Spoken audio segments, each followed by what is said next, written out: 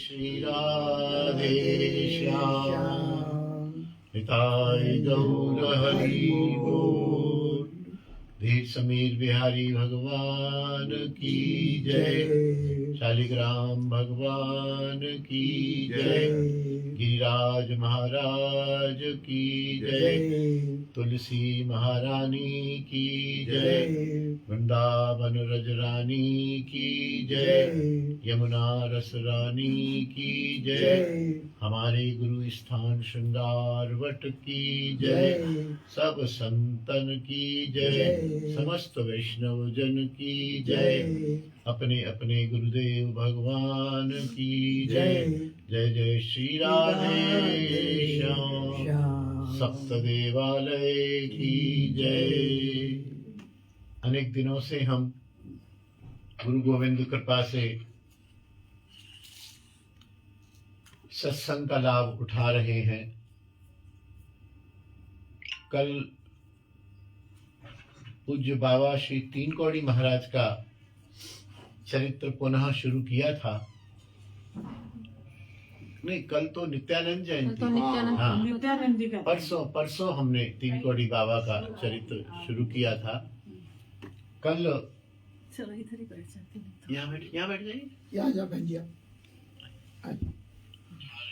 कल नित्यानंद जयंती थी, इसलिए नित्यानंद प्रभु का संक्षेप में चरित्र श्रवण किया था। आज फिर से तीन कौड़ी बाबा का चरित्र लेंगे। आज 11 तारीख है, संभवतः 12 को या 13 को कल 12 तारीख को तीन कौड़ी बाबा का आविर्भाव दिवस भी है। तो हम तो 2-4 दिन पहले से ही कर रहे हैं, तो चरित्र चल रहा है। कल बाबा का आविर्भाव दिवस है, तो बाबा भी सुन के प्रसन्न हो जाएंगे और हम लोग तो आनंदित हो ही रहे हैं। तो बाबा ने उस दिन कहा था, बाबा को हल्का सा लकवा पैरालिसिस हो गया था और ठीक भी हो गए। वो फिर डंडा पकड़ के धीरे धीरे चलने लगे थे। उन्होंने कहा मैं नवद्वीप जाऊंगा, तो नवद्वीप चले गए हैं और नवद्वीप में है। जय जय श्री राधे। कुछ कह रहे हैं आप? कह रहे बोल रहे हैं कि आपका चेहरा घुमा लेते तो वहाँ नजर नहीं आता, वहाँ क्यों घुमा लेते हैं? घूम जाता हूँ। ये लो ऐसे, ये घुमा देते हैं। ये मेरे हिसाब से कैमरा सेट नहीं करती, कैमरे के हिसाब से कैमरे के हिसाब से मेरे को कहती है इधर सरको, इधर सरको।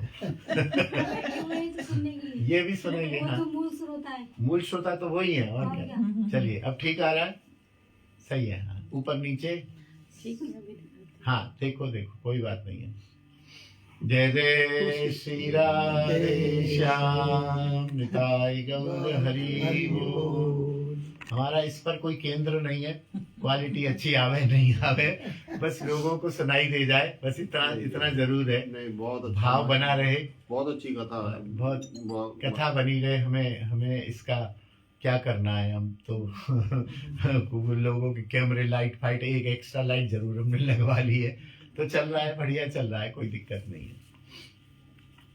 तो नवद्वीप पहुंच गए हैं। बहुत सारे अगणित नवद्वीप के वैष्णव स्टेशन पर उनके स्वागत के लिए आ गए हैं। प्रभुपाद के ट्रेन से उतरते ही उनको अनेकों पुष्पमालाएं पहनाई गईं और हरिनाम संकीर्तन से पूरा स्टेशन गूंज उठा। निताई गौर हरि बोल से प्रभुपाद की जय, महामंत्र की जय। ऐसा करते करते वहां से उनको मणिपुर घाट रोड पर एक श्री राधा वल्लभ मंदिर की इन्होंने स्थापना की थी, उसमें ले आए। थोड़ी देर रुके जरूर, लेकिन प्रभुपाद ने यही कहा कि आप जो है मेरे लिए गंगा तट पर, ठीक आ रहा है, गंगा तट पर एक कुटिया का निर्माण कर दो, रहूंगा मैं कुटिया में ही। बाबा इतने वीतराग हो गए थे कि उनको ये पत्थर की ईंट की चारदीवारी में रहना गवारा नहीं होता था, कुटिया में ही रहने में उनका मन लगता था। खैर कुटिया बना दी गई और कुटिया के सामने ही कुछ तंबू वंबू करके कर दिया कि प्रभुपाद कुटिया में बैठे रहे, तो संकीर्तन वगैरह कथा प्रवचन जो भी हो या दर्शन करने वाले लोग जो भी आए तो ठाकुर का प्रभुपाद का दर्शन करें। बहुत भीड़ बढ़ने लगी और बाबा की एक और खासियत थी कि जो भी आए वो प्रसाद पाके जरूर जाए, ऐसा उनका आग्रह रहता था। और कभी उनके पास धन धान्य की कमी भी नहीं रही। अपने पास उन्होंने तो कसम ले ली थी कि अब मैं पैसा नहीं छूऊंगा। दो व्रत लिए थे कि एक पैसा नहीं छूऊंगा और एक अपनी पत्नी को नहीं देखूंगा संन्यास के विरक्त के बाद। तो पैसा छूते तो नहीं थे, लेकिन आप हम लोग धनी मानी लोग जाते हैं तो हमारे मन में होता है कि हम अपनी कमाई में से संत के पास आए हैं तो अपनी अपनी परिस्थिति के अनुसार कोई 100 रुपया, कोई 1000 रुपया, कोई 10,000 रुपया, कोई 500 रुपया, कोई अन्न, कोई चावल दे ही जाता है। अच्छा, मैंने तो अनुभव भी किया है कि कितना भी हम स्ट्रिक्ट हो जाएं, मना करें, लेकिन ऐसा सामने वाले का भाव देख के अपने आप को थोड़ा पिघल जाना पड़ता है। अब कल भी थी वो बम्बई वाली मैया, बोले हम तो दक्षिणा देंगे। अरे मैंने कहा नहीं भाई तो क्या होता है कि न चाहते हुए भी वो स्वीकार करना पड़ता है, और स्वीकार करने के बाद फिर उसका सही फल यही है कि उसको यहाँ रख दिया जाता है और उससे फिर वैष्णव सेवा हो जाती है। जैसे आज हम गए थे वहां संकेत में, तो वो जो पत्र पुष्प था इकट्ठा करके वहां थोड़ी बहुत सेवा, नाम तो हमारा होता है वो वही वाले देनहार कोई और है, देनहार कोई और है, तो देते तो आने जाने वाले लोग थे। अब वो उनकी अच्छा जिनकी संग्रह की प्रवृत्ति होती है तो कहते रख जा भैया, मैं जो है बढ़िया वाली कुर्सी मंगा लूंगा, इसको मकान को बड़ा करा लूंगा, यहाँ कालीन बिछवा लूंगा। वो तो विलासिता में या अपने ऊपर खर्च करते, मैं अपने लिए एक सिंहासन बना लूंगा। जो वीतराग होते हैं वो कहते हैं इधर से आ रहा है, इधर से इसको प्रसाद रूप में जाने दो। हमारे पिताजी कहते थे आवे जावे नारद का तुम राज करते रहो। उनका भाव ये थे इधर से आ रहा है, इधर से तुम राज करते हुए किसी देने वाले का पैसा मत रोको, किसी कर्मचारी का मजदूर का हक मत मारो। घर में भी बच्चों को पत्नी को हमेशा प्रसन्न रखो अपनी अपनी परिस्थिति के अनुसार। हमने देखा है कि कभी हमारी माँ या वो स्थिति मेरे पास भी रही कि कभी ऐसा नहीं रहा कि मेरे को 2000 रुपए चाहिए, आप दो, अरे देता हूँ ना, 2000 कहाँ से आए, ये ले पकड़, तू अभी 500 पकड़, फिर देता हूँ तेरे को, अगले हफ्ते देता हूँ। ऐसा कभी नहीं सुना, कभी नहीं सुना। अगर हमारी माँ ने पिताजी से 2000 मांगे तो उन्होंने अरे क्या इतना पैसा क्यों मांग रही है, अरे आप दो ना, अच्छा ये ले, तुरंत 1 मिनट में, ये नहीं पूछा भी नहीं, ये नहीं लटका लटकी बाजी। क्योंकि गृहिणी जो होती है वो लक्ष्मी स्वरूप ही होती है। और वो देखिए कुलटा हो तो मैं नहीं कह रहा हूं ये, लेकिन यदि वो सही सच्चरित्र स्त्री है तो वो क्या करेगी, वस्त्र ले आएगी, अपने आभूषण ले आएगी, बच्चों को खिलाएगी, भोजन आदि घी तेल की व्यवस्था करेगी। तो उसको हमें प्रसन्न रखना चाहिए। घर की स्त्री यदि प्रसन्न है तो लक्ष्मी प्रसन्न है, आप मान लीजिए। और घर की पत्नी को आप रुलाते रहते हो, 2000 मांग रही हो, कहीं फीस देनी है 1500, तो 500 तो मुझे चाहिए ना, अच्छा 1500 फीस देनी है, तो ऐसा कर तो फिर 1200 में देता हूँ, 300 तू मिला के, अरे मैं कहाँ से मिलाऊं। ऐसा मैंने देखा है परिवारों में, चिकवाते रहते हैं। तो वहां उनके यहाँ हमेशा अभाव रहता है। तो वो इधर से धन आया और इधर से धन जो भी आए सबसे कहते थे प्रसाद पाके जाओ, प्रसाद पाके जाओ, प्रसाद पाके जाओ। और ये आदत उनके जो शिष्य हमारे पूज्य विनोद बाबा हैं बरसाने वाले, उनमें भी है। कोई भी जाए प्रसाद पाया, प्रसाद पाके जाओ, प्रसाद। उनके यहाँ भी रोज 100, 200, 500 लोगों का प्रसाद बनता ही है। तब भी कह रहे थे प्रसाद पाके जाओ। हाँ, हमेशा हमेशा प्रसाद पाके जाओ, प्रसाद बनता ही है और प्रसाद पाके ही जाते हैं। श्री राधे। संध्या में सुबह सुबह जो है प्रसाद की व्यवस्था होती थी दोपहर तक। निमंत्रण की कोई बात नहीं है, तुमको हमने बुलाया है कि नहीं बुलाया है, तुम कौन हो, कहाँ से आए हो, क्यों आए हो, किसके शिष्य हो, ये भी नहीं। बैठो, जो आया है प्रसाद पाओ। इतनी भीड़ होने पर भी प्रभुपाद मौन रहते थे, कोई किसी से बातचीत नहीं करते थे। दोपहर में श्रीमद् भागवत का पाठ होता था और पाठ भी ऐसा होता था, प्रभुपाद नहीं करते थे। जैसे कोई भागवत की कथा कहने वाले आ गए, प्रभुपाद 4 दिन मैं पाठ सुनाऊंगा। अच्छा तुम सुनाओ। तो 4 दिन आप सुना रहे हैं पाठ, पता चला कि अभी चौथा दिन हुआ नहीं है, एक पाठक और आ गए, प्रभुपाद कल से मैं सुनाऊंगा। अच्छा तुम सुनाओ। बोले वहां लाइन लगी रहती थी भागवत का पाठ सुनाने की, और प्रभुपाद पाठ सुनते थे दोपहर में। और संध्या में प्रभुपाद कुछ कथा कहते थे, कुछ सत्संग करते थे वैष्णवों के लिए। पाठ करने वालों की इतनी लाइन रहती थी कि लोगों का नंबर नहीं आता था, तो फिर प्रभुपाद से कहते थे, प्रभुपाद हमारा नंबर कब आएगा? अरे भाई आ जाएगा आ जाएगा, लगे रहो, तुम भी सुनाना, सब सुनाना, ठाकुर को सुनाना। थोड़ी देर रात में पदावली कीर्तन चलता था। बंगला में चंडीदास और वो है ना, कौन है विद्यापति और चंडीदास ने बहुत सुंदर सुंदर पदों की रचना की है, तो उनकी पदावली की रचना सुनाते थे। और पदावली गाने वाले लोग भी जो है विशिष्ट होते हैं हर समय। जैसे हमारे पूज्य बाबा है ना, मदन बाबा, ये भी पदावली गाने के लिए बहुत ही प्रतिष्ठित हैं। इनकी डिमांड रहती है, कहीं भी कोई उत्सव होगा तो ये इस प्रकार से भावपूर्वक पदावली गाते हैं कि पूरे ब्रजमंडल में प्रसिद्ध है ये। तो उस समय भी लोग फिर रात को पदावली गाने वाले भी, मैं गाऊंगा मैं गाऊंगा मैं गाऊंगा मैं गाऊंगा। प्रभुपाद सबको थोड़ा बहुत अवसर देते थे, सब गाते थे। और ये जैसे दिन भर चलता था, सुबह दोपहर तक दर्शन चल रहे हैं, प्रभुपाद मौन बैठे हुए हैं, दर्शनों में कोई बाधा नहीं, बैठे हुए हैं, जो आए दर्शन करो और जाओ।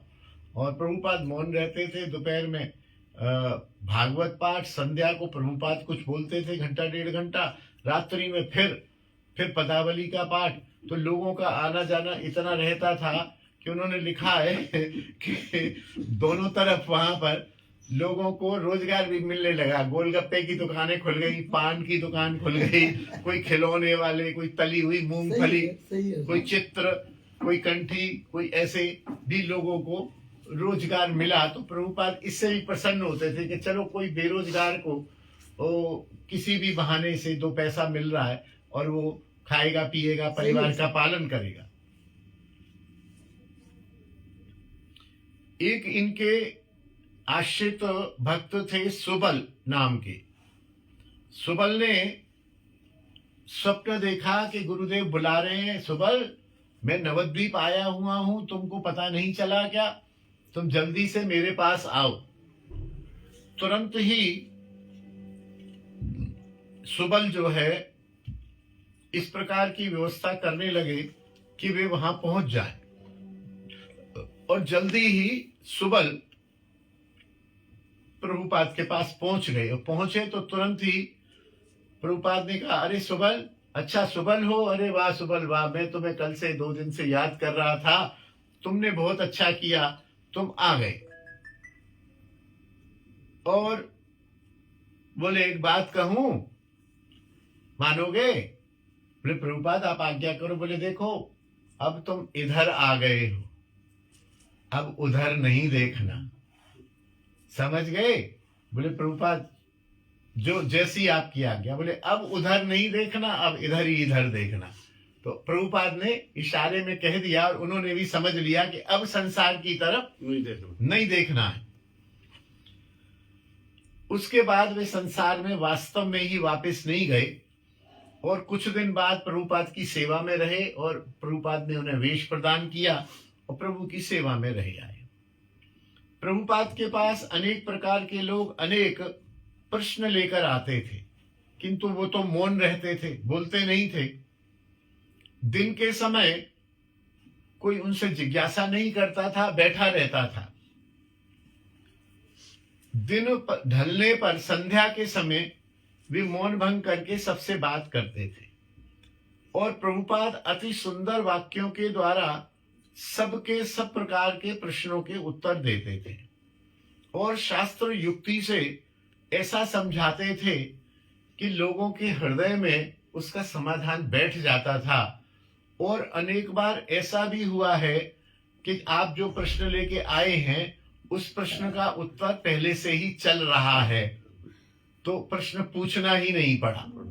ऐसा अनेक बार होता था उनके साथ। एक दिन रात्रि के करीब 11 बजे प्रभुपाद गंगा तीर पर चल रहे थे और कुछ भक्तजन भी थे। चंद्रमा की किरणें बिखर रही थी, गंगा कलकल प्रवाहित हो रही थी, मृदु मंद सवीर वायु बह रही थी और साथ में प्रभुपाद भी थे, तो सभी को बड़ा आनंद आ रहा था। एक नारायण नाम के भक्त थे। प्रभुपाद ने कहा, नारायण, हाँ गुरुदेव, चांद की रोशनी कितनी अच्छी है ना? हाँ गुरुदेव, बहुत अच्छी, तुमको अच्छी लग रही है? हाँ लग रही है। देखो कितनी सुंदर हवा चल रही है? हाँ प्रभुपाद गुरुदेव, बहुत सुंदर हवा चल रही है। कैसा लग रहा है तुम सबको? बाबा बहुत अच्छा लग रहा है। तुम गंगा में स्नान करते हो ना सब लोग? बोले हाँ, हम सब लोग गंगा में स्नान करते हैं। कैसा लगता है गंगा में स्नान करके?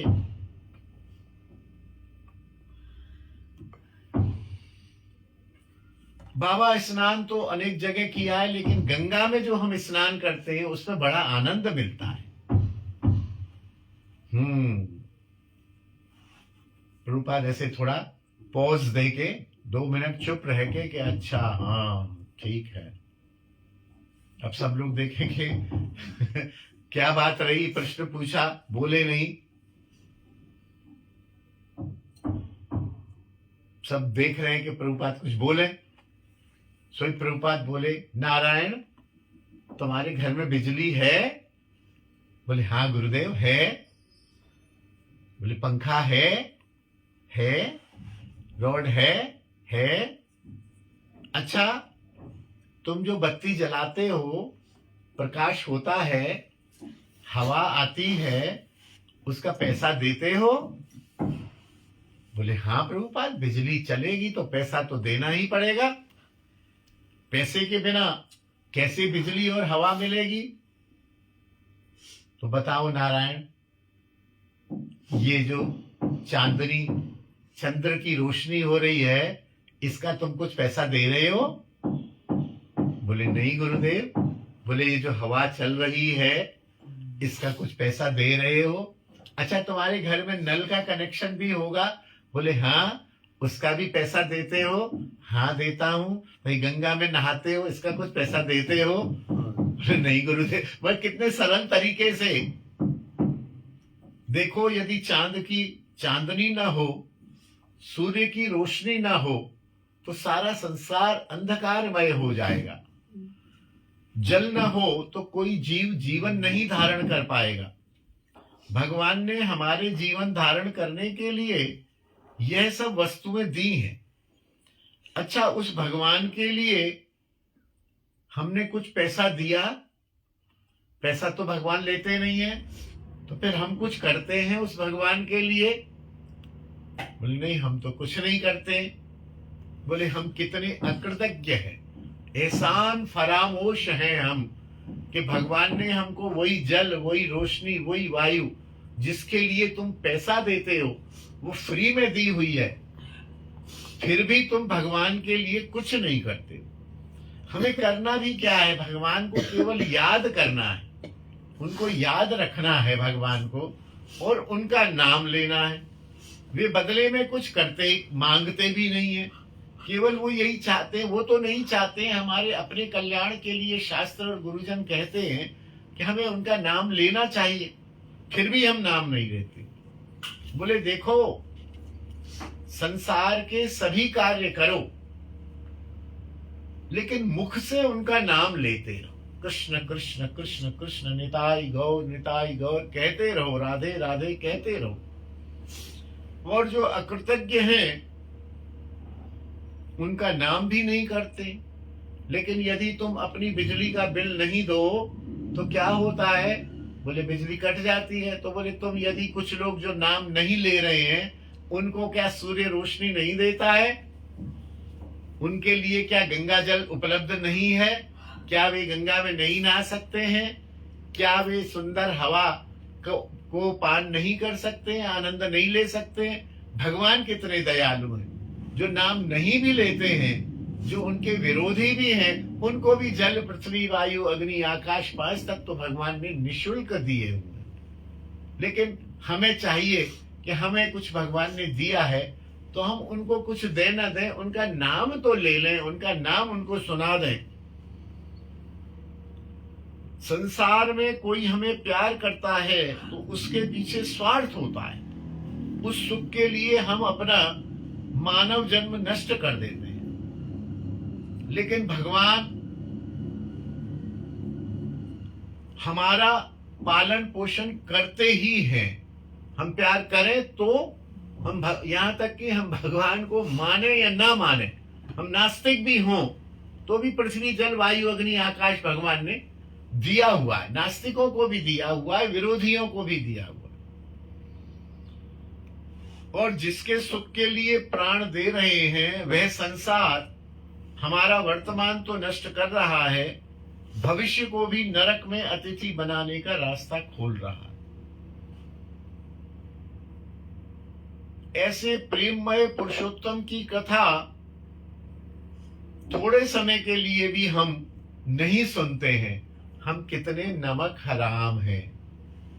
प्रभुपाद के कथा ने, इस प्रसंग ने सभी के हृदय को अंदर तक झकझोर दिया। इतनी अच्छी सुंदर वाचन शैली द्वारा प्रभु ने सबका मन कृष्ण भावनामय कर दिया। प्रतिदिन इतना भक्त समागम होता कि उत्सव जैसा बना रहता। दिन के दूसरे प्रहर से रात्रि के दूसरे प्रहर तक भक्त प्रसाद पाते रहते। कोई भी दर्शन करने आया, प्रसाद पाके जा, सुनो इनको प्रसाद पवाना है, बिना प्रसाद के नहीं जाना, प्रसाद पाके जाना, प्रसाद पाके जाना। कभी कभी तो ऐसा होता था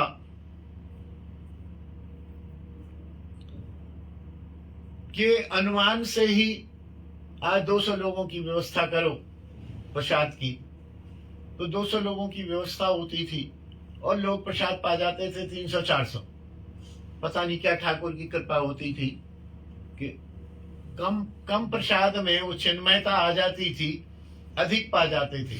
अनेक बार ऐसा हुआ सब लोग प्रसाद पा गए, सब लोग पा गए, अब थोड़ा थोड़ा प्रसाद बचा हुआ है। ऐसा 5-10 लोगों का, 5 लोगों का प्रसाद बचा हुआ है। तो वो सेवक कहता गुरुदेव प्रसाद थोड़ा बचा हुआ है, हाँ रख दो रख दो रख दो रख दो। अन्यथा कभी वो कह देते थे कि बाहर गाय को खिला दो, जीव जंतुओं को दे दो, अथवा कुछ कर्मचारी लोग के जैसे लोग होते हैं भाई उनको दे दो। तो अनेक बार ऐसा होता, वो पूछते प्रभुपाद 10-20 लोगों का प्रसाद बचा, बोले रखे रहने दो रखे रहने दो। अनेक बार ऐसा हुआ कि 5 लोगों का प्रसाद बाकी है और एक 30-35 लोगों का टोला आ गया और समय भी हो चुका है, रात के 11 बज चुके हैं। 30-35 लोग आ गए, प्रभुपाद की जय हो। प्रभुपाद कहाँ से आया हो? फलाना, हम तो वहां से कोसी से आए हैं आपके दर्शन करने। अच्छा प्रसाद पाओ प्रसाद पाओ।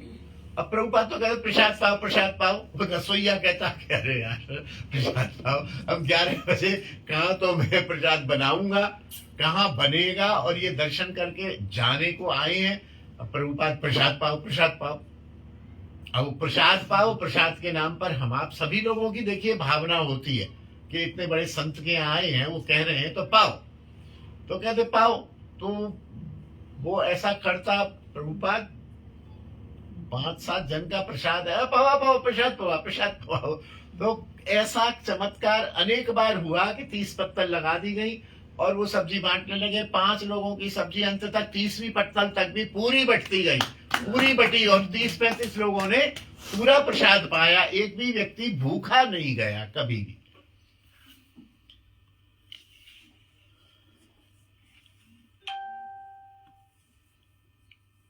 और सभी उस प्रसाद से पूर्ण तृप्त हो जाते। ऐसी घटना अनेक बार हुई। एक बार क्या है कि एक कोई नास्तिक उनके पास आया, और जो नास्तिक था वो इनके भक्त का परिचित था, और उस नास्तिक ने कह रखा था, क्या है तुम बाबा जियों के चक्कर में पड़े हुए हो, मैं जीवन में कभी किसी साधु के दर्शन करने नहीं जाऊंगा।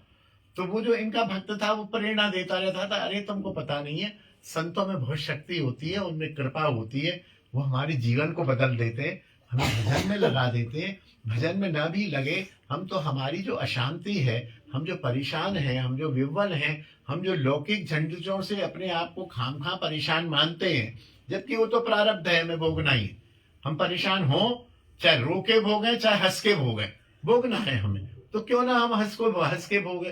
तो बताते थे वो बोल, तो उसने एक बात कह दी कि ना तो मैं कभी तुम्हारे गुरु जी के पास जाऊंगा, ना वहां का कभी प्रसाद, ये तांत्रिक होते हैं, प्रसाद वगैरह में कुछ तंत्र मंत्र मार देते हैं कि आदमी चेला बन जाता है, इनके वशीभूत हो जाता।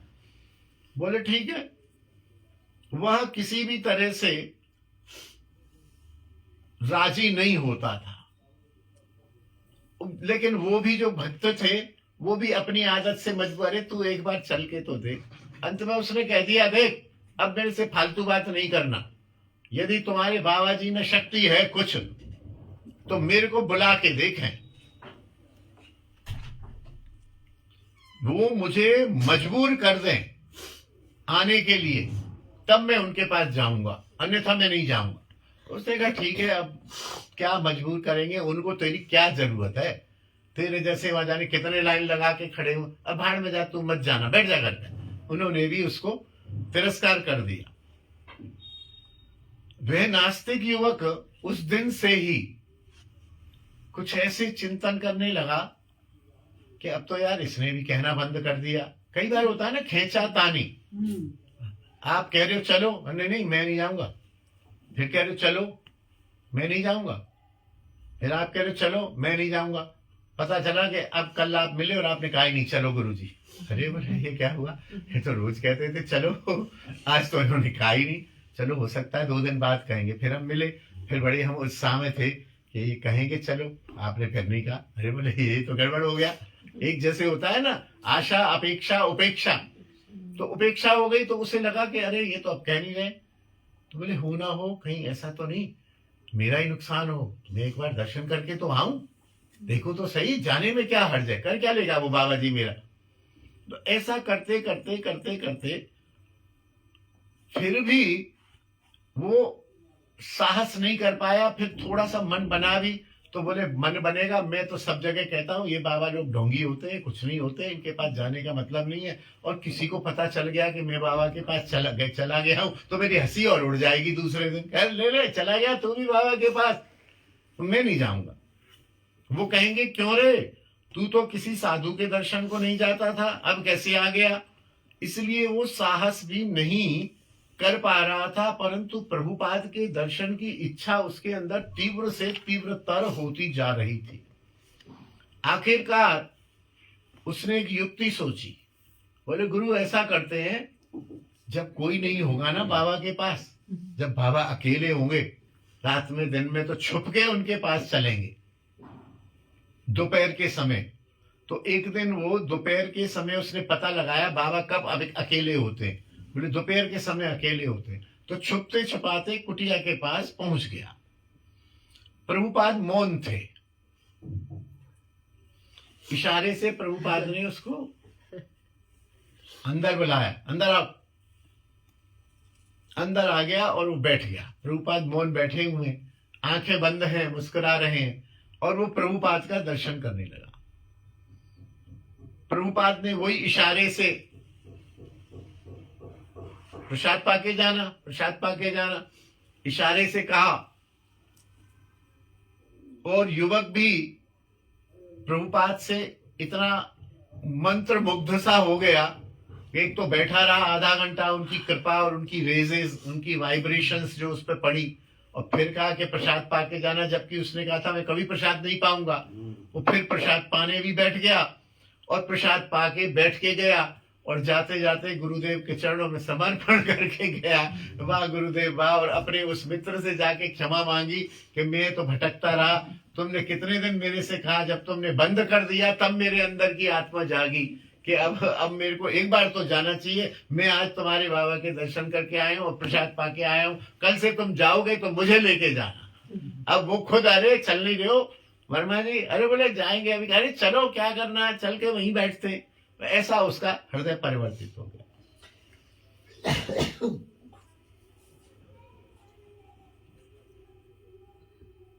नवद्वीप में बहुत दिन प्रभुपाद रहे, उत्सव चलते रहे, संकीर्तन चलता रहा, प्रसाद चलता रहा। वहां से वो फिर नीलाचल आ गए। नीलाचल आके फिर वे वृंदावन आ गए। वृंदावन आके फिर वो राधा कुंड के तीर पर रहने लगे। बहुत से ऐसे युवक वैष्णव आते और उनसे कहते आप हमें वेश दो, दीक्षा दो। तो बाबा ने भी दीक्षा और वेश का शुरू में तो संकोच रखा थोड़ा सा, लेकिन बाद में उन्होंने बड़े खुले हाथों से दीक्षा भी दी और वेश भी दिया। क्योंकि कई बार मैंने ऐसा देखा है, अन्य संतों को भी देखा है, कि एक तो भजन करते करते करते करते शक्ति संचरित होती है। क्योंकि हमें मान लो किसी को दीक्षा देनी है, तो मैं तो उसका उदाहरण ऐसा देता हूं कि जैसे मेरे पास 1 लाख रुपए हैं और मैंने दीक्षा देनी है, तो आपको 5,000 रुपए देने हैं। अब मैं 5-5 हजार रुपए यदि 20 लोगों को बांट दूंगा तो मैं तो खाली हो जाऊंगा कि नहीं? तो दीक्षा ऐसे ही है कि मेरे अंदर अभी भक्ति शक्ति है नहीं और मैं आपको बांटने लग गया। और आजकल यही हो रहा है, सही बात है। आजकल यही हो रहा है कि अपने पास कुल 1 लाख रुपए किसी तरह से हमने इकट्ठे किए और 5-5 हजार रुपए हम बांटते जा रहे हैं। पता चला हम खाली हो गए। अच्छा, खाली होने की निशानी क्या है? कि बाह्य हमारा जो आचरण है वो तो भक्ति भजन प्रचार कथा संकीर्तन जैसा चल रहा है, और अंदर की जो हमारी इच्छाएं हैं वो भजन करने की बजाय राजसी वातावरण में रहने की, कारें इकट्ठी करने की, गेस्ट हाउस बनाने की, बड़ी बड़ी आश्रम बनाने की वासनाएं हमारे अंदर जागृत होती हैं। यही हो रहा है। उसका कारण यही है कि हमारे अंदर जो भक्ति थी वो तो बट गई। आप सब ले गए भक्ति रूपी संपत्ति, तो आप लोग ले गए। अच्छा, आप लोगों का भी कल्याण हो गया ना, इसमें संशय है। लेकिन फिर भी यदि आपकी निष्ठा, मान लो मेरे को गुरु बनाया और मेरे प्रति परिपक्व है, तो शायद आपका कल्याण हो जाएगा। क्योंकि आपका कल्याण मैं तो नहीं कर पाऊंगा, लेकिन मैं परंपरा से हूं, तो मेरे गुरुदेव या मेरे गुरुदेव के गुरुदेव, यार ये बच्चा है, हमारे बच्चे का ही बच्चा है, तो आपका कल्याण तो कर देंगे। वो भी आपकी निष्ठा परिपक्व हुई तो। यदि आपको भी गेस्ट हाउस में और आश्रम में मजा आने लग गया, तो आप भी गए काम से और गुरुदेव भी गए काम से। तो शुरू में क्या रहता है कि एक तो वो पूंजी कम होती है, इसलिए वैष्णव लोग दीक्षा नहीं देते, ज्यादा नहीं देते। अरे रुक जा तू यार, अभी रुक जा, पहले मेरी बढ़ने दे। एक समय ये आता है कि वह दीक्षा भक्ति रूपी संपत्ति बढ़ जाती है। मेरे पास अब हो गए 2 करोड़ रुपए, फिर मैं 5-5 हजार भी बांटता हूं, तो इधर से तो 2 वाले मेरे 2.25 करोड़ होते जाते हैं, और मैं 5-5 हजार बांटता हूं, तो मुझे ऐसा नहीं लगता कि मेरी संपत्ति कम हो रही है। एक दूसरा क्या है कि उस वैष्णव की निष्ठा में अकर्तापन आ जाता है। शुरू में वो ये सोचता है कि मैं दीक्षा दे रहा हूं। समझना, बहुत सूक्ष्म बात है। ठीक बात है जी। जब वो परिपक्व हो जाता है तो कहता मैं कौन हूं, राधा रानी दिलवारी है, तू देता चल, आवे जावे नारद का, तू राज करता चल। इधर से आ रहा है, इधर से जा रहा है, तू बीच में निमित्त बना रहे, तू कर्ता मत बने। कर्ता बनना ही खतरनाक है। मैं दीक्षा दे रहा हूं, मैं दे रहा हूं, मेरी 200 दीक्षा हो गई, मेरी 10,000 हो गई, मेरी 20,000 हो गई। अरे तेरी क्या हो गई? वो तो वहां से राधा रानी किसी को भेज रही है, तुमको प्रेरणा दे रही है, तुमको निमित्त बना रही है। तो मैंने कई संतों को देखा है कि जो बड़ी कठिनाई से दीक्षा देते थे, अंतिम समय में जब उनके अंदर अकर्ता भाव आ जाता है और उनके अंदर ये आ जाता है भैया कि राधा रानी की इच्छा से आया, मैं काय को मना करूं, काय को करूं। हाँ, देना लेना करते हो। अच्छा देखो, ये 4 चीज का ध्यान रखना, प्याज नहीं खाना, अंडा नहीं खाना, मांस नहीं खाना, मदरा नहीं खाना, एकादशी करना, रात्रि जागरण करना, 64 माला करना, 32 माला करना। करोगे? वो करोगे कहते ही जब वो आंख खोल के देखता है तो उसके अंदर शक्ति संचारित हो जाती है और धुआंधार दीक्षा बांटते हैं, धुआंधार। लेकिन इतना धुआंधार दीक्षा बांटने पर भी यदि वो भजन में लगे हुए हैं तो उनका अनिष्ट नहीं होगा। दीक्षा धुआंधार बट रही है और हमारे गेस्ट हाउस बन रहे हैं, हमारे आश्रम बन रहे हैं, हमारी बड़ी गाड़ियां आ रही हैं, हमारे इर्द गिर्द जो है वो सोशल मीडिया घुसा हुआ है, हम इधर उधर से धन संग्रह कर रहे हैं, धन मांग रहे हैं, और दीक्षा मांगने नहीं आ रहा है कोई, हम बांट रहे हैं। देखिए, मांगना और बांटना अंतर है ना। दीक्षा बेच रहे हैं, दीक्षा बेच रहे हैं तो समझ लेना कि ये साधक अब तो कुछ गड़बड़ी की स्थिति में आ गया। ये शास्त्र की बात है, मैं मनगणन तो नहीं कह रहा हूं, ये शास्त्र की बात, बिल्कुल ये शास्त्र की बात। 1% भी फर्क नहीं है, 101%। 101 सवा 16 बोलते हैं ना जी पहले। हाँ, तो शुरू में तो क्या था कि थोड़ा इन्होंने खींच के दीक्षाएं दी, बाद में फिर जब इनको ये हो गया मैं कौन होता हूं दीक्षा देने वाला, राधा रानी ने इनको भेजा है, ये कह रहे हैं, राधा रानी की इच्छा है, राधा रानी की समझ। अच्छा, दीक्षा होता क्या है? दीक्षा का जो मंत्र, दीक्षा का जो एक व्याख्या है वो क्या है कि कोई साधक आया, हमारे पास आया, मान लो मेरे से कहा गुरुजी दीक्षा दे दो, मैंने कहा हाँ कल दे देंगे। पूछा बस शराब पीते हो रहे वो तो पीऊंगा, फिर नहीं मिलेगी, भाग जा। ये तो सामान्य नियम है। लेकिन अगर वो योग्य दिख रहा है, आजा भैया, तो ठाकुर जी के सामने ले जाके गुरुदेव करते क्या है, राधा रानी एक और सखी आ गई है, एक और मंजरी आ गई है, ये देख तेरे नाम से तूने ही भेजी है, तेरे नाम से आ गई है, तेरी सेवा करेगी, तेरी उपासना करेगी, तेरी भावना करेगी, ले संभाल। हम मतलब गौरांग दास जी जब दीक्षा देते थे चंद्रशेखर बाबा के गुरुदेव, तो वो ऐसा ही करते थे, साधक को ठाकुर के सामने ले जाके वहां करके और ऐसे हाथ पकड़ के, बाकायदा हाथ पकड़ के, प्रिया जी ये एक और दासी आ गई है, पकड़ लो, अब जाए तुम जानो, तुम्हारो काम जाने, मेरी छुट्टी भाई। और उसको ये कह के भैया, अब जैसे होता है ना, मेरे से किसी ने कहा कि बिजली खराब है, तो एक तो तरीका ये मैं कहूँ हाँ कल मैं बिजली मिस्त्री लेके आऊंगा, एक ये कि ये भैया ये नंबर है बिजली मिस्त्री का, आप डायरेक्ट बात करो, बुलाओ, ठीक कराओ, पैसा दो, लड़ो झगड़ो जो करना करो, मेरे लिए तो अच्छा है मिस्त्री, आपको बकवास था तो फिर कल से मत बुलाना। तो गुरुदेव यही करते, संबंध ज्ञान करा के उस साधक को प्रिया जी के चरणों में समर्पित कर देते, छुट्टी। बस उसको समर्पित करना ही संबंध ज्ञान, वही दीक्षा है। और ये जब समझ आ जाए कि हमारा कोई रोल ही नहीं है इसमें, आया है करा दिया, तो बाद में इन्होंने बहुत दीक्षाएं भी दी। और दीक्षा देने पर एक भी न तो इनका आश्रम बना, न कोई गेस्ट हाउस बना, शिष्यों ने बनाए, बोले हम बना रहे, बोले तुम जानो तुम्हारा काम है। और रहे नहीं एक भी दिन, दुख सुख में भले ही 10-5 दिन आश्रम में रहे हो, ठीक हुए तो फिर वो जाके जमुना किनारे या गंगा किनारे कुटियाओं में ही रहे।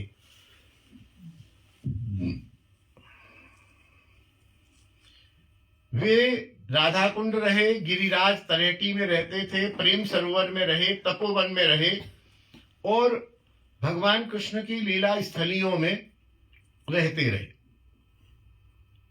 अनेक बार ऐसा होता कि रात्रि में बाबा बढ़िया सोते थे, सत्संग किया, सो गए, सवेरे जैसे ही वो भजन के लिए उठे 2-3 बजे 4 बजे उठे, 2-4 घंटा भजन किया, दिन निकला 6-7 बजे, और जो भी सेवक होता था उसको आवाज लगाया, विनोद, बोले हाँ बाबा, बोले बाबा मैं विनोद, मैं जा रहा हूँ। अरे बाबा कहाँ जा रहे हैं? हाँ जा रहा हूँ, तुम आ जाना सामान लेके पीछे। अरे बाबा जा कहाँ रहे हो? गए मुझको मालूम नहीं, मैं जा। अरे बाबा ये कहाँ आऊं मैं, क्या ये कोई झोपड़ी में, आफ्टर ऑल एक लोटा, एक सोटा, दो, एक लंगोटी, एक तकिया, एक चादर, कितना भी बाबा जी हो तो वो तो होता, उसको समेटना करना, बिजली दीपक सब उठाना। मैं जा रहा हूँ। अरे बाबा कहाँ जा रहे हो ये तो बताओ। अब मैं जा रहा हूँ, राधा रानी जिधर ले जाएगी उधर जा रहा हूँ। और पीछे जो है सेवक समेटता हुआ, ऐसी अंतर्यामिक तो रहता था सेवकों में भी कि बाबा बिना बताए गए हैं, वो पीछे लोटा समोटा एक कोठरी सी बांध के, और वो से बाबा तो धीरे धीरे जा रहे हैं लाठी पकड़ के, वो सेवक जो तेज जा रहा, उसे मालूम होता था कि इधर जाऊं कि इधर जाऊं, वो वहीं जाता था, और रास्ते में बाबा को या तो पकड़ लेता था, या उसे पता होता कि बाबा यहाँ से गए हैं। तो कल वृंदावन की बात कर रहे थे, वृंदावन गए होंगे, वो वृंदावन जब आते थे, अच्छा विनोद आ गया, मैं तुमको याद कर रहा था। अरे खबर यात्रा कर रहे थे, वो बता के तो आते, तुम यहाँ वो तो मैं बाई चांस आ गया, मैं मान लो राधा कुंड से चला, मैं गोवर्धन चला जाता तो, अरे बोले तुमको सब मालूम है, मुझको ही नहीं मालूम राधा रानी क्या ले जाएगा, राधा रानी ने मुझको भी उधर ही भेजा, तेरे को भी उधर ही भेजा, परेशान क्यों होता है? ऐसा अनेक बार होता था उनके साथ। एक बार बाबा कहीं गिरिराज तलहटी में रुके हुए थे, एक सट्टेबाज पहुंचा बाबा के पास, और ऐसा होता है, हमने भी अपने अवस्था में सुना है कि बहुत से बाबाओं के पास सिद्धि होती है, सट्टेबाज पहुंचते हैं कि आज का नंबर क्या आएगा बता दो। तो इनके पास पहुंचा, बाबा नंबर बता दो, 50-50 कर लेंगे। बाबा ने ऐसा केवल जाओ जाओ ऐसा कर दिया बाबा ने, उन्होंने समझ गए हो। ऐसा जाओ जाओ जाओ, उन्होंने समझ लिया 5, और उसने जाके 5 नंबर पे सट्टा लगा दिया और उसको लाखों रुपए मिल गए। दूसरे दिन वो पैसे लेके आ गया, बाबा 2 लाख रुपया मिला, 1 लाख तुम्हारा 1 लाख हमारा, अब आगे से मेरे को तुम जो रोज बताना। अरे बाबा ने उससे तो कुछ बोला नहीं, और बाबा ने उससे तो बोला नहीं। और दूसरे दिन आदमी ने बहुत पैसा जीता, उसके बाद वे कुछ पैसा लेके बाबा के पास गया और विस्तार पूर्वक बताया। बाबा खुद हैरान हो गए कि मैं बोला 5 नंबर, मैं तो बोला नहीं। बोला अरे बाबा आप लोग सब इशारे में बताते हो, हम तो समझते हैं बात को, आपने ऐसा किया था, मैं समझ गया था कि 5 नंबर आएगा, और 5 ही आया। देखो वो इधर तो वो गया, इधर बाबा ने अपना लोटा संगोटा आसन उठाया और बाबा चल दिए। उस सेवक कहे बाबा क्या हुआ, किधर है? चलो चलो इधर से चलो। कहाँ जा रहे हो? अरे राधा रानी जी इधर ले जाएगा, हमको मालूम, हम जा रहे हैं, तुम आ जाना, पीछे आ जाना। अरे भाई जहां भी इस प्रकार का वो भीड़ या प्रपंच देखते, इसको प्रपंच कहा गया। भक्ति से भक्ति जात अनर्थ हैं 8। कभी कभी अवसर मिलेगा तो आप लोग याद दिलाइए, 8 अनर्थ हैं। भक्ति करते करते 8 अनर्थ हो जाते हैं। उस अनर्थ में भक्त जो है बह जाता है। ऊपर का आचरण तो उसका भक्त जैसा संत जैसा रहता है, लेकिन वो अनर्थों में फंस जाता है। तो वो कभी सुनाएंगे आपको तो आप कहोगे कि इसमें 100% क्या, वही 16.25 आना सही बातें लिखी हुई। और आजकल कलयुग में जो संत हैं ज्यादातर भक्ति जात अनर्थों में फंसे। तो जहां भी प्रपंच हो, अच्छा प्रपंच हो भाग लो तो अनर्थ पकड़ेंगे ही नहीं। वहां प्रपंच हुआ, अभी बाबा मान लो 5 नंबर बता दिया था और उनको पैसा आ गया था, वहां बैठ जाते, सिद्धि हो जाती उनकी, तो दूसरे दिन कभी 8 भी आ जाता, और नहीं आता तो कोई मारता थोड़ी। लेकिन वृत्ति खराब, परेशानी, बाबा भाग लिए वहां। जहां भी प्रपंच आए वहां यदि साधक भाग ले तो हरि उसकी रक्षा करते, भगवान उसकी रक्षा करते। और यदि वो प्रपंच में घुसता चला जाए, एक आश्रम बन गया अपने नाम का, अब दूसरा आश्रम बनेगा पत्नी के नाम का, फिर तीसरा आश्रम बनेगा बेटे के नाम का, फंस गया प्रपंच में। फिर ठाकुर कहते हैं तू अब अपने पत्नी बेटे पोते बनाता रहे, अब तू मेरी तेरी छुट्टी। एक बार बाबा राधा कुंड में रह रहे थे। एक दिन बाबा का जो आश्रम बना हुआ था गोवर्धन में, किसी वैष्णव ने बनाया था, तो वो वैष्णव आगे बोले बाबा वहां 64 महंत भोग हो रहा है, आप चलो। बाबा बोले तुम करो, मेरा क्या काम है, 64 महंत भोग हो रहा है तो हो रहा है, मैं तो राधा कुंड में रह रहा हूं, राधा रानी के आश्रम में। बोले नहीं तुम चलो।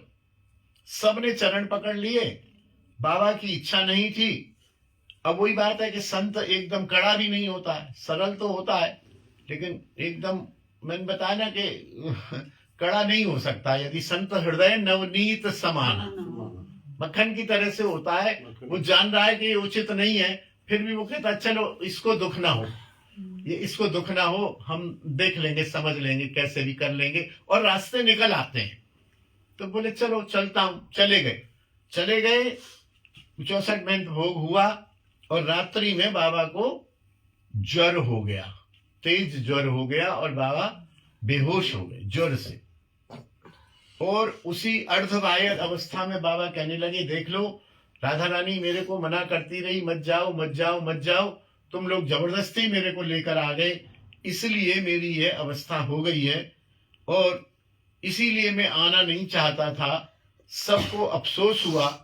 2-3 दिन बाद प्रभुपाद थोड़े ठीक हो गए और फिर प्रभुपाद इधर से उधर घूमते हुए, वनों में, झोपड़ियों में रहते हुए, एकांत भजन करते हुए फिर से राधा कुंड आ गए।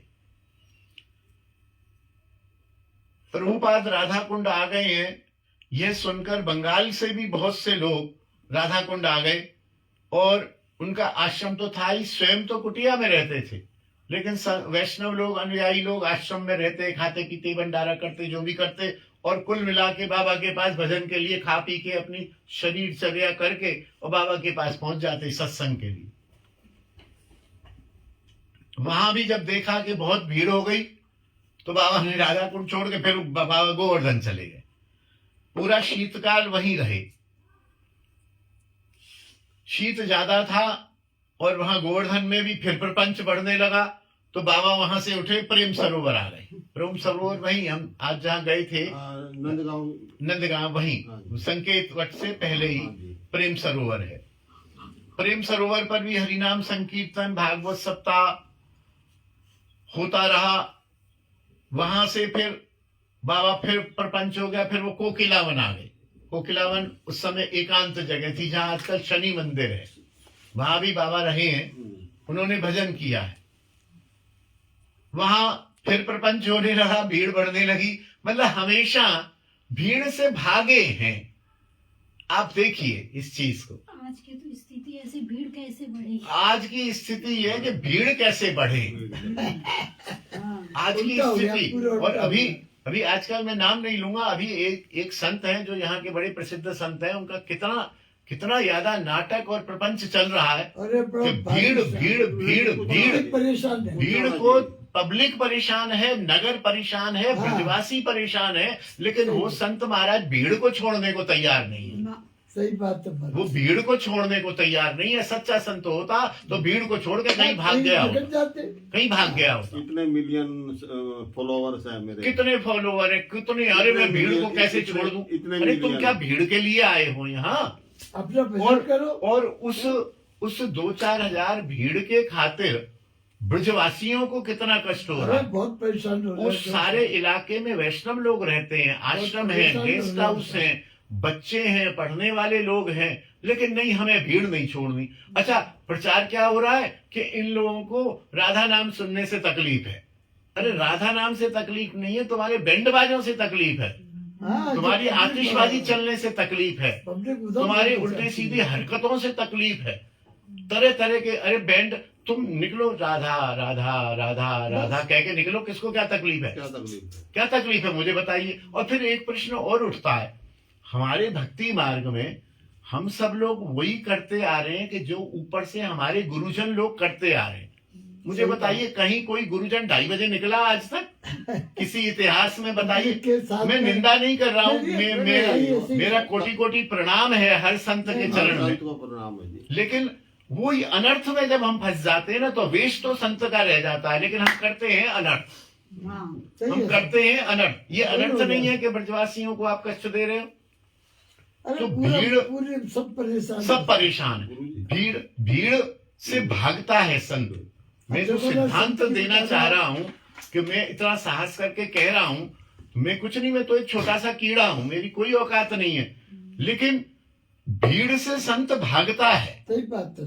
और यदि भीड़ को संत चिपटता है और भीड़ को आश्रय देता है, अरे कोई उस दिन कोई कह रहा था कि हम तो नहीं कह रहे हैं कोई बैंड बजा रहा है। अरे कोई बैंड बजा रहा है, मर्यादा की हानि हो रही है, तो तुम उसको रोको। तुम रोक नहीं रहे हो तो मौनम स्वीकृति लक्षणम, तुम इसका मतलब उसको प्रशस्त कर रहे हो। कोई भी आए भाई, बैंड नहीं बजेगा, सब लोग हम चलेंगे, केवल मुख से श्री राधा श्री राधा श्री राधा श्री राधा कहते हुए 2000 आदमी निकल जाओ, कोई दिक्कत नहीं। क्या दिक्कत है? कोई दिक्कत नहीं है। दिन रात घूमते रहो राधा राधा कह के। कौन मना कर रहा है? कोई मना नहीं कर रहा। इसको पावर किसको? तो साधक वैष्णव बाबा सच्चा संत, आप देखो ना, यहाँ पूरा अभी 3-4 पेज से यही चल रहा है कि राधा कुंड में भीड़ हुई तो गोवर्धन भागे, गोवर्धन में भीड़ हुई तो प्रेम सरोवर भागे, प्रेम सरोवर में हुई तो कोकिलावन भागे, कोकिलावन हुई तो वहां भागे। भीड़ से भाग ही रहा है संत।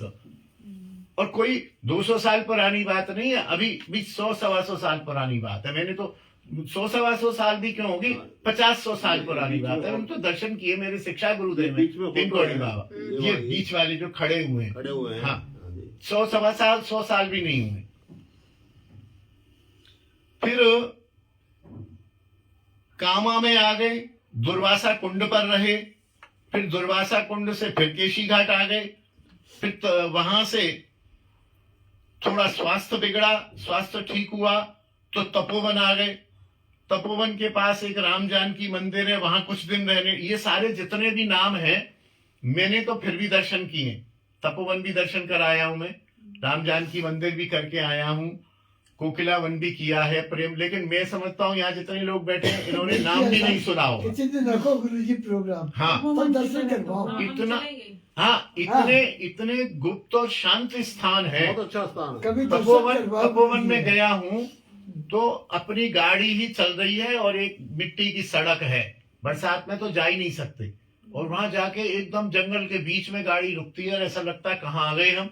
बस थोड़ा सा अंदर जब जाते हैं तो 2-4 कमरे बने हुए हैं, ठाकुर जी की सेवा है, 4-5 वैष्णव रह रहे हैं, सब वहां अपनी ही वो लोग खेती करते हैं, अपनी ही सब्जी उगाते हैं, ठाकुर को भोग लगाते हैं। हम जैसा कोई चला जाए, 1-2 चले जाए, कोई भी आ जाए तो प्रसाद मिलेगा जरूर।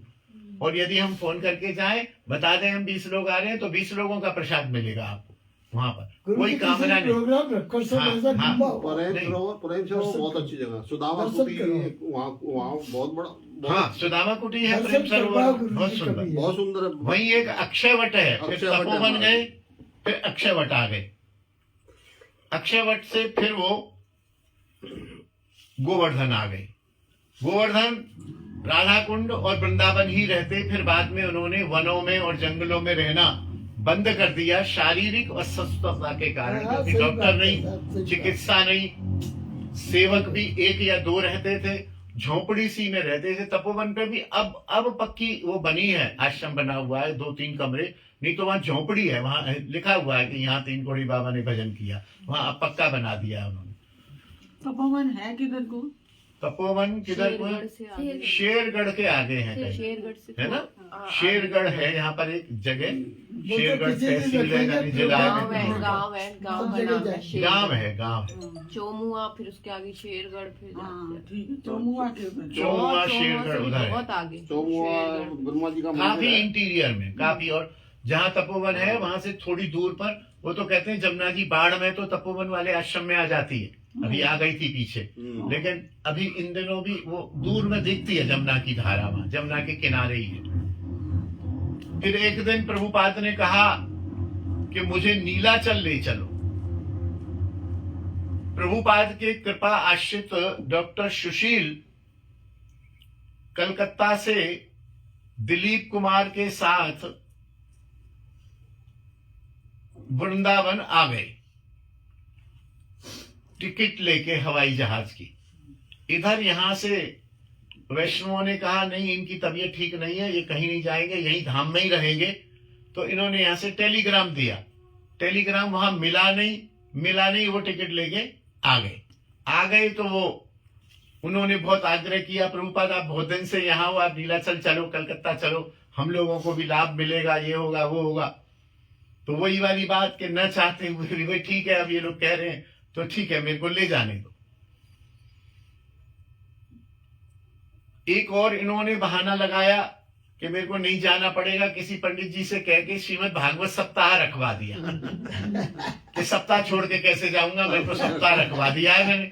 लेकिन फिर भी उन्होंने ऐसा आग्रह किया कि इनको बीच में सप्ताह छोड़ के जाना ही पड़ा, क्योंकि दिल्ली से और वहां तक का, भुवनेश्वर तक का हवाई जहाज की टिकट और 4 लोगों की, क्योंकि 2 लोग तो वो आए थे और बाबा और एक सेवक जाते, तो 4 लोगों की टिकट आई तो वो ट्रेन से जाने की थी। और उस समय में 50-100 साल पहले, अभी तो 2-2, 3-3 हजार की टिकटें, उस समय तो बहुत महंगी टिकटें हुआ करती थी, कंपटीशन होता था नहीं होता था। तो ये लगा कि खामखा 20-25 हजार रुपया बेकार चला जाएगा, तो ठीक है, अब इनकी इच्छा, राधा रानी की इच्छा। क्योंकि एक स्थिति आने के बाद भैया, बहुत संतों के चरित्र पढ़े हैं, एक जिद्द और एक कर्तापन हट जाता है, मुझे नहीं जाना है। लेकिन आप सब लोग जोर दे रहे हो, नहीं नहीं प्रभु जी चलो, गुरु जी चलो, बाबू जी, भैया जी चलो चलो। तो ये समय ये आता है, भैया जी सब लोग कह रहे हैं तो कोई भगवान की इच्छा है, तू क्यों अपनी जिद पे अड़ा हुआ है, चलो। हाँ भैया ठीक है, चलो चलो मैं चलता हूँ। तो घर वाले कहते हैं कल तक तो तुम कह रहे थे कि मैं कुटिया छोड़ के नहीं जाऊंगा। अरे भाई क्या करूं, ये सब वैष्णव लोग कह रहे हैं तो मुझे तो ऐसा लग रहा है कि ठाकुर जी इनके मुख से कहलवा रहे। तो ये स्थिति में वो उनके साथ चले गए। अब वहां भी हुआ क्या कि 4 टिकट लेके आए थे और बाबा के साथ में 2 सेवकों ने जाना था। एक बाबा थे और 2 वो थे, टिकट चाहिए थी 5। वहां पहुंच गए।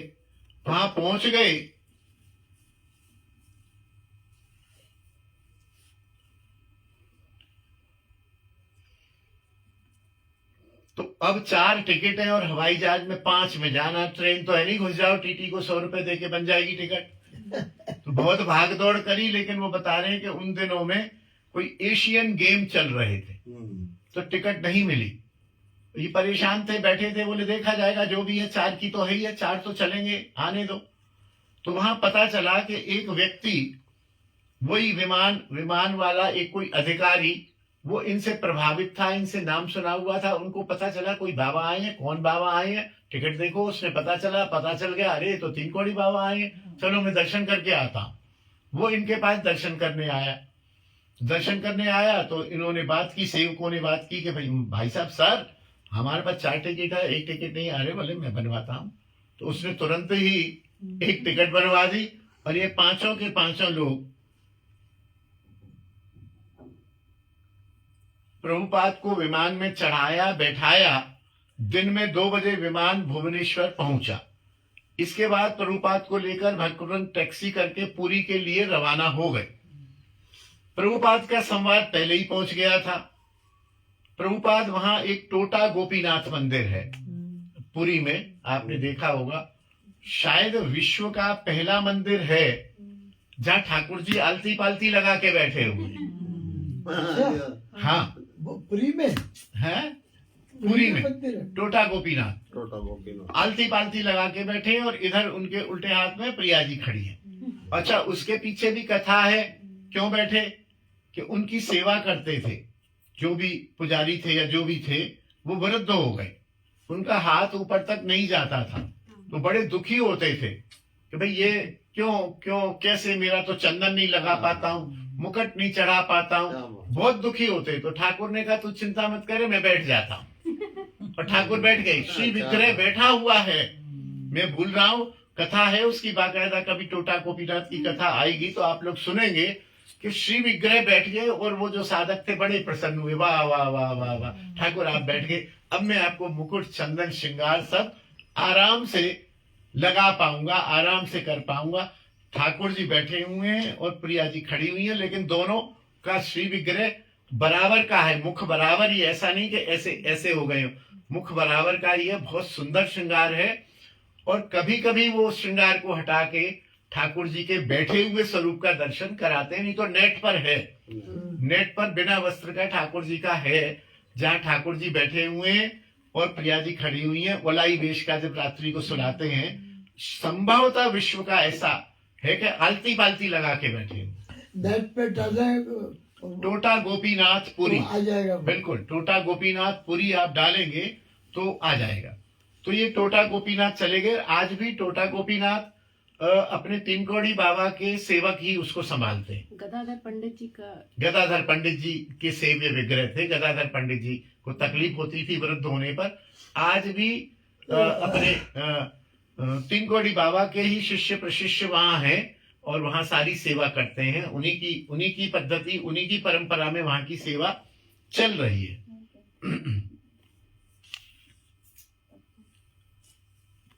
टोटा गोपीनाथ में रहे, उनके आगमन से सब लोग फिर टोटा गोपीनाथ में आने लगे। प्रभुपाद जिस मंदिर में रहते थे वहां प्रकाश और हवा कम होने से कुछ लोगों ने कहा कि यहाँ पर बंद कमरा है, इसमें ऑक्सीजन नहीं है, आप यहाँ से कहीं दूसरी जगह चलिए। जो वहां पर एक हरिदास मठ है, नामाचार्य श्री हरिदास जी हैं, तो वहां के महंत आए इनके पास, बोले प्रभुपाद आप मुझ पर कृपा करिए, मेरे पास खुली जगह है, अच्छी व्यवस्था है, हवा भी है, आप वृद्ध हैं, आप वहां चलिए। तो उन्होंने कहा ठीक है, मैं हरिदास मठ चला जाऊंगा। और उनके साथ हरिदास मठ में आप चले आए। अब ये समय भी हो गया है, हरिदास मठ में आ गए हैं प्रभुपाद।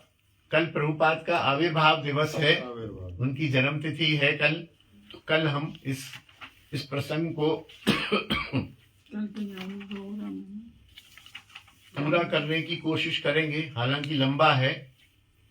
ये जितना हो जाएगा हो जाएगा। बैठे हुए हैं जितना हो जाएगा दिखाइए। ये कौन? गोपीनाथ बैठे हुए हैं वो लाइव में। अच्छा हाँ, आपने दिखा दिया। ये बैठे हुए हैं, देखना दर्शन हो रहे हैं, हाँ जी हाँ जी। हाँ जी हो रहे। हो रहे हैं। और आगे करूं? नहीं हो गए। आरती पारती नहीं दिख रही। आलती पालती है। आलती पालती है। ये दोनों तरफ ही- अच्छा दोनों तरफ को। दोनों तरफ। हाँ है हाँ जी, हाँ जी। है। हाँ, ये तो आप तो ऐसे ही देख लीजिए ना, वो तो ऑनलाइन दिखा दिया दिखा मैंने। दे। अब वो पकड़ ले। आलती पालती से वो बहुत सुंदर श्याम वर्ण का विग्रह है, बहुत सुंदर। बोलिए तीन कोड़ी बाबा महाराज बहुत की सुंदर, जय। बहुत सुंदर, एक बार ये समाप्ति पर ना घुमा दिया करो, बहुत सबके सुंदर। दर्शन हो जाए, सबके हो जाए। अच्छा इनकी तरफ मत करो, इधर करो। हाँ। अरे क्यों? आप लोग क्यों? जय जय श्री राधे श्याम। तीन कोड़ी बाबा महाराज की जय। टोटा गोपीनाथ की जय। जगन्नाथपुरी की जय। प्रेम सरोवर की जय। राधा कुंड की जय। तपोवन की जय। पूज्य बाबा श्री विनोद बिहारी दास जी महाराज की जय। बरसाना धाम की जय। गिरिराज महाराज की जय। तुलसी महारानी की जय। वृंदावन रजरानी की जय। यमुना महारानी की जय। श्रृंगार वट की जय। हमारे पूज्य दादाजी पिताजी एवं उनके गुरुदेव पूज्य पाद श्री देवकी नंदन गोस्वामी पाद की जय। समस्त वैष्णव जन की जय। अपने अपने गुरुदेव की जय। जय जय श्री राधे श्याम निताई गौर हरि बोल। गुरु महाराज जी की जय। क्यों गुरु जी जाते लोग